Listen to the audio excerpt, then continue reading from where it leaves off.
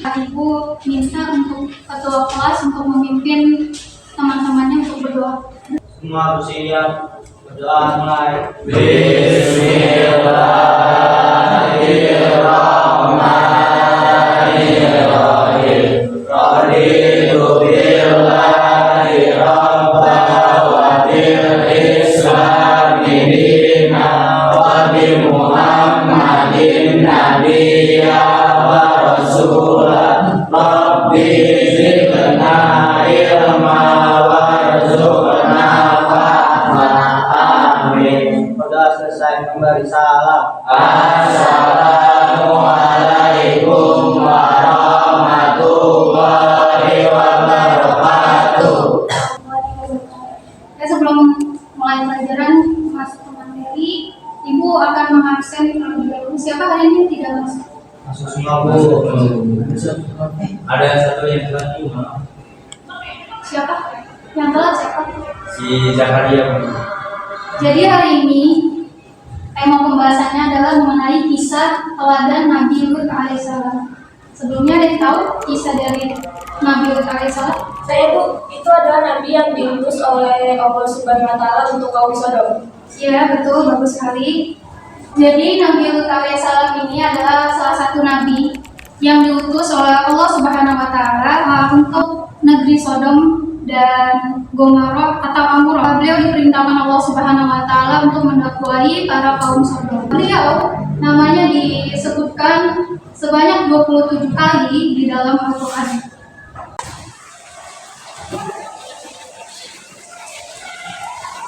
Siapa ini? Kamu kenapa telat? Jadi cara baru ada orang lain. Lain kali jangan telat ya. Kita lanjutkan kembali ya. Ya Bu. Jadi kisah Nabi Lut alaihissalam ini ada pun dalil nakli yang mengisahkan Nabi Lut alaihissalam ini. Salah satunya adalah ayat Al-Quran Quran surat Al-Anbiya ayat 74-70. Jadi ayat ini menjelaskan gimana ketika Nabi Lut alaihissalam diperintahkan oleh Allah Subhanahu wa taala untuk mendakwahi para kaum Sodom, tapi mereka malah mencaci memaki Nabi Lut. Sampai mereka berbicara atau mengatakan bahwa Nabi Lut adalah orang yang sok suci. Hingga akhirnya Allah Subhanahu wa taala pun mengazab mereka, azab yang telah menimpa penduduk kota yang mengerjakan perbuatan keji. Sesungguhnya mereka adalah kaum yang jahat, lagi fasik, dan kami masukkan dia ke dalam rahmat kami karena sesungguhnya dia termasuk orang-orang yang soleh. Siapa yang diselamatkan di sini? Nabi Lut.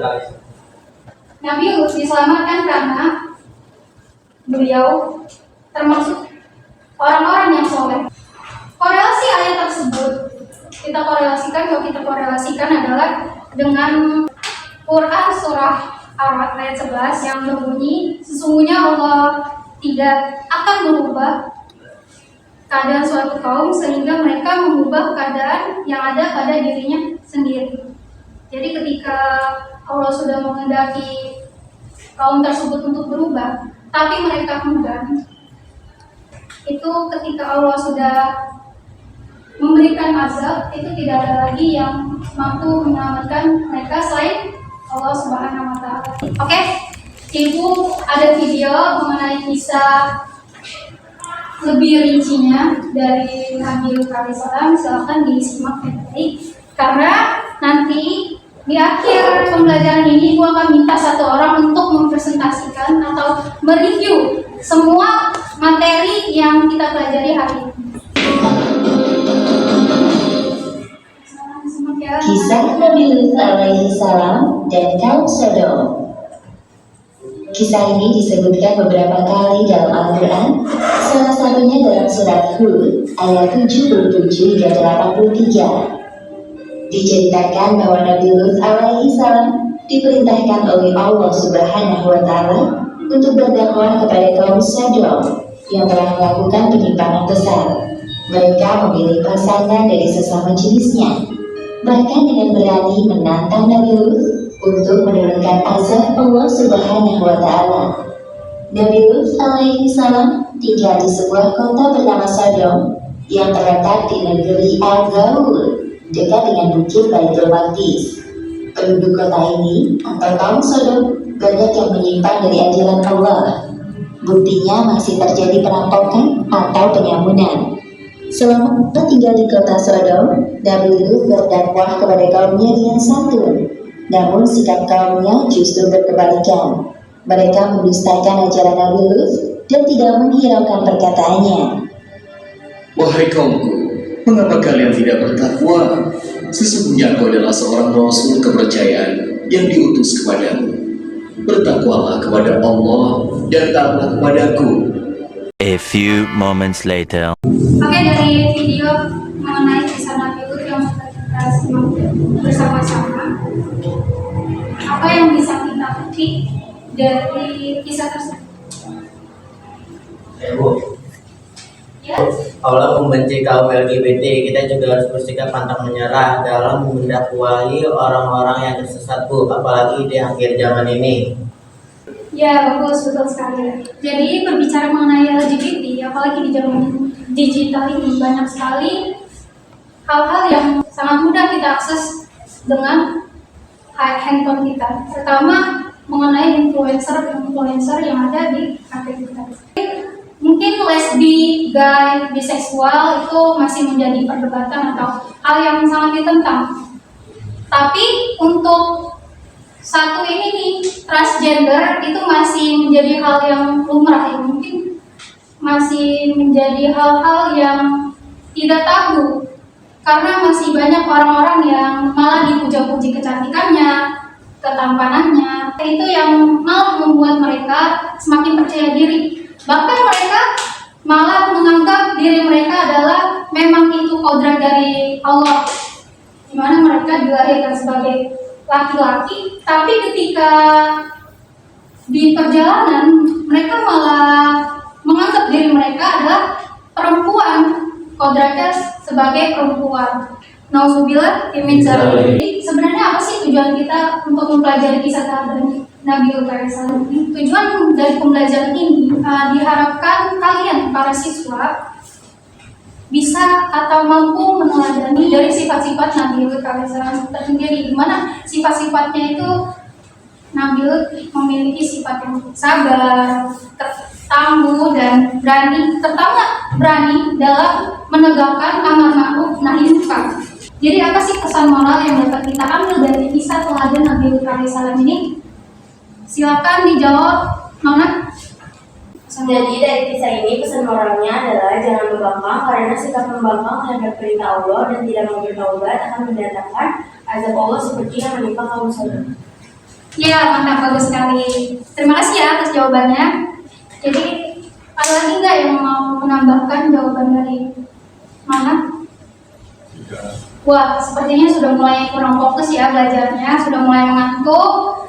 Gimana kalau kita games saja? Oke, jadi gamesnya adalah Ibu akan memberikan peraturan gamesnya dulu. Gamesnya itu Ibu punya kertas.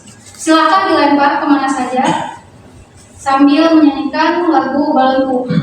Kalau door itu yang jawab pertanyaannya. Ya udah ya, Balonku ada 5.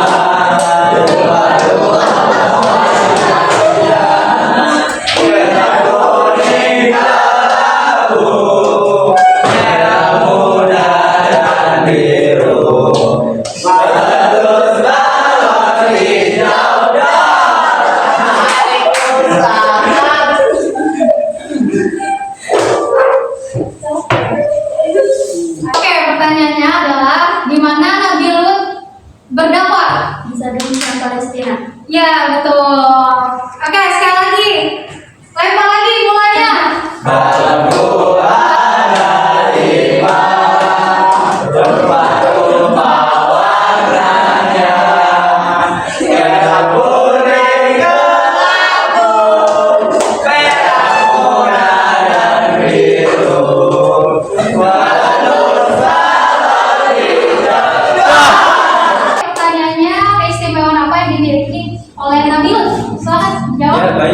keistimewaan yang dimiliki Nabi Lut alaihissalam itu adalah satu, pantang menyerah terhadap kaumnya, di mana Nabi Lut menyerukan kepada kaumnya untuk meninggalkan kebudayaan yang menyimpang.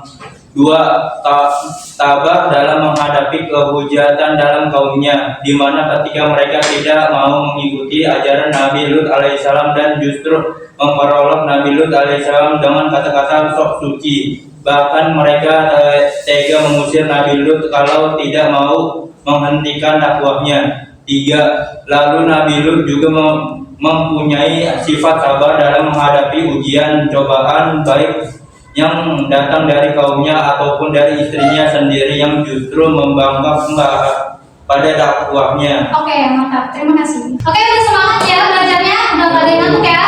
Jadi kita akan melanjutkan ke konsep ibrah. Apa sih konsep ibrah? Konsep ibrah itu pemahaman dan pembelajaran yang bisa kita ambil dari kisah Nabi Lut alaihissalam. Jadi dari kisah Nabi Lut alaihissalam ini benar-benar yang bisa kita ambil sebagai pelajaran ini untuk kehidupan sekarang itu. Satu, perbuatan homoseksual pria atau wanita yang menyukai sesama jenis disebut faisyah.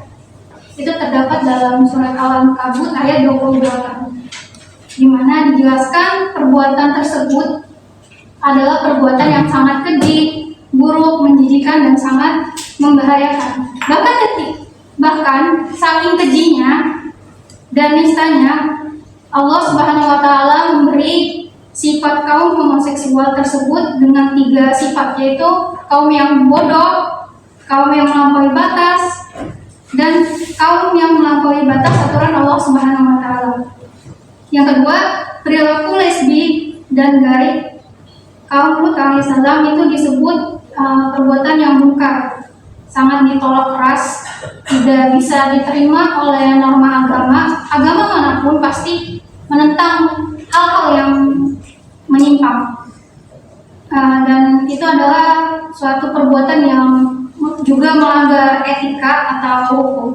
Yang ketiga, perilaku LGBT itu dinilai zalim, adalah perilaku yang dinilai zalim, baik zalim pada diri sendiri, zalim pada orang lain. Dan yang keempat, perilaku kaum Lut juga itu jelas-jelas melanggar HAM. Kenapa melanggar HAM?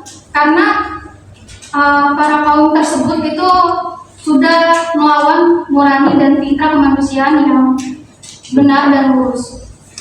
Yang kelima, perilaku kaum Nabi Lut itu musyrik. Perilaku kaum Nabi Lut itu musyrik, atau yang kita bisa artikan itu keterlaluan banget atau melampaui batas kepatutan dan kewajaran. Yang terakhir itu kaum Nabi Lut itu dinilai mufsid. Yang terakhir, perilaku kaum Nabi Lut dinilai sebagai mufsid atau merusak tujuan dan fungsi pernikahan, di mana tujuan dan fungsi pernikahan itu adalah melahirkan generasi-generasi penerus bangsa yang soleh dan soleha. Oke, sekarang Ibu akan memberikan kalian tugas. Silakan diskusikan bersama kelompok kalian. Ibu akan membagi kelompok terlebih dahulu. Silakan berhitung dari ujung. 1, 2, 3. Kelompok 1. 1, 2, 3. Kelompok 2. Oh, berarti ada yang 4, ada yang itu. Silakan yang 4, yang 2 gabung ke kelompok 1 dan 2 ya. Oke, sudah duduk dengan kelompoknya masing-masing ya.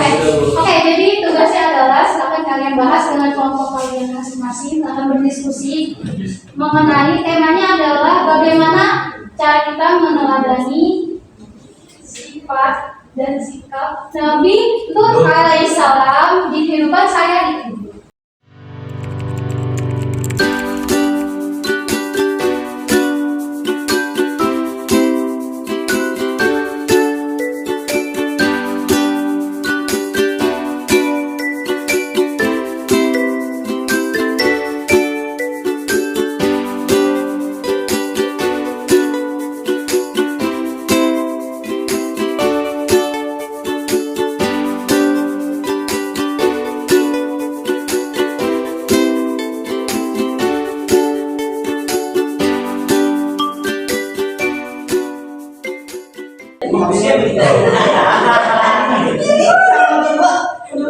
Ya juga.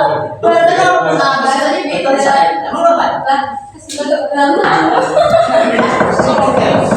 Anak-anak mohon dikondisikan ya untuk tetap tertib dalam mengerjakannya.